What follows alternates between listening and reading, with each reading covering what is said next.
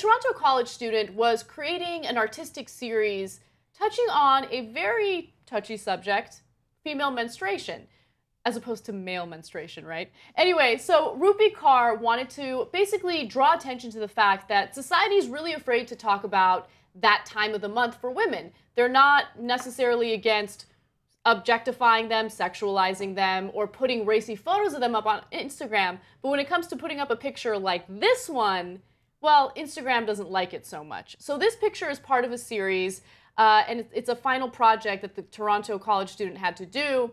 The photo shows a woman lying in bed with a period stain both on her pants and on the bed sheets. If you want to see a few other examples from the series, we have examples for you. There's another one, a woman sitting on the toilet throwing away a pad, and then a woman obviously suffering from some cramps and putting, I don't know, a hot water balloon on it, on herself. So she posts this, and Instagram takes it down. And so she doesn't understand why, and she reposts it again.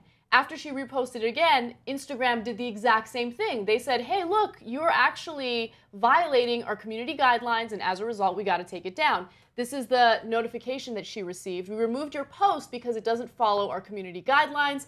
Please read our community guidelines to learn what kinds of posts are allowed and how you can keep Instagram safe. Because you know people's heads will explode if they see a picture of someone menstruating. But Kaur wasn't willing to go down without a fight. In fact, she posted the following about this. She said, I will not apologize for not feeding the ego and pride of misogynist society that will have my body in an underwear, but not be okay with a small leak. When your pages are filled with countless photos/accounts where women, so many who are underage, are objectified, pornified, and treated less than human. So this is an interesting story, and I think that there is a double standard when it comes to Instagram. Just go to the Discover page. I guarantee you, you will see nothing but massive asses. And there's nothing wrong with that. I'm okay with it, even though it makes me question some of the priorities some people have. But nonetheless, there is that double standard. I want to know what you guys think. Kim, let me start with you. Make your point. Okay, so clearly this isn't to everyone's taste. I mean, most people don't want to think about menstruation, but I don't think it's obscene at all. It wasn't graphic. Yeah. It wasn't showing any nudity, which is clearly expressly against Instagram's terms of service. So yeah, we're a little uncomfortable with menstruation, but maybe it's time to get over that. Interesting. Drew, what do you think?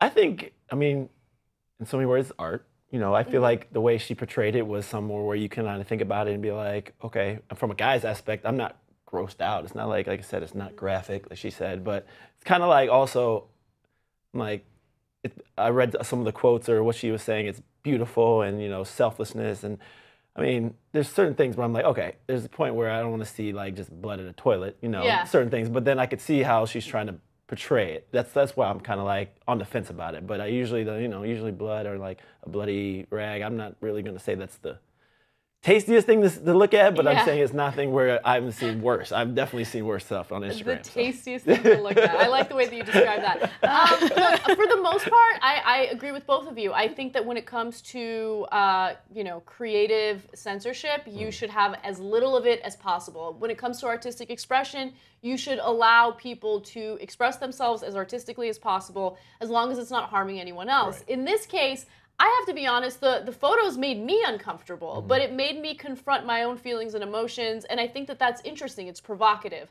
It's definitely more interesting than 90% of the things that you find on Instagram anyway. So I'm going to go ahead and give her a pass. Now, here's the question for the story. Have you ever had an embarrassing photo posted of you online? Drew? Luckily, no. Like, I wouldn't say embarrassing like that, but I guess if you called Throwback Thursday when somebody tags you in an old school photo and you're like, you need to refer to me first before you post this little kid photo of me like wearing a Donald Duck outfit or something like that. No. All right, Drew. But I'm just saying, like, embarrassing wise, where you're like, okay, you know, my dick's out or something like that. No, nothing like that. But okay, so let's say it's not a picture, but you have to you're a public figure. There has to be something out there that you find a little embarrassing, whether it's a photo or a video, maybe a play when you were in the NFL. I mean, I've dropped some passes before, and you kind of get embarrassed about that. But I mean, it comes with the territory. It comes with the job, I guess. Got it. All right, not easily embarrassed. That's what I'm getting at from you. All right, Kim, what about you? A lot. So I also have, the older Throwback Thursday type stuff. This is going to shock you. I wasn't cute in high school. But like, I make faces a lot. I'm very expressive with my face, and people take screenshots of me, you know, in the middle of doing something. So it's just like, and people make gifs of me all That's the time. cute, though. And That's a cute photo. it's not that cute. You kind of just be like, okay, that's fine. This doesn't embarrass me. Yeah, you're giving them more material, which I love. I feel like almost everything posted online of me is embarrassing, right? Like I get the screenshots a lot too, but I just laugh at them. I'm more embarrassed by things that I said when I first started working at the show. I think that's the stuff that I like cringe at every time someone brings it up. Yeah. I started when I was 19, 20, and I was an idiot, and I still am, but I'm a little less of an idiot, so I'm more careful about what I say. But yeah, I think the most notorious example is the video where I meant to say spliff, but I said splooge.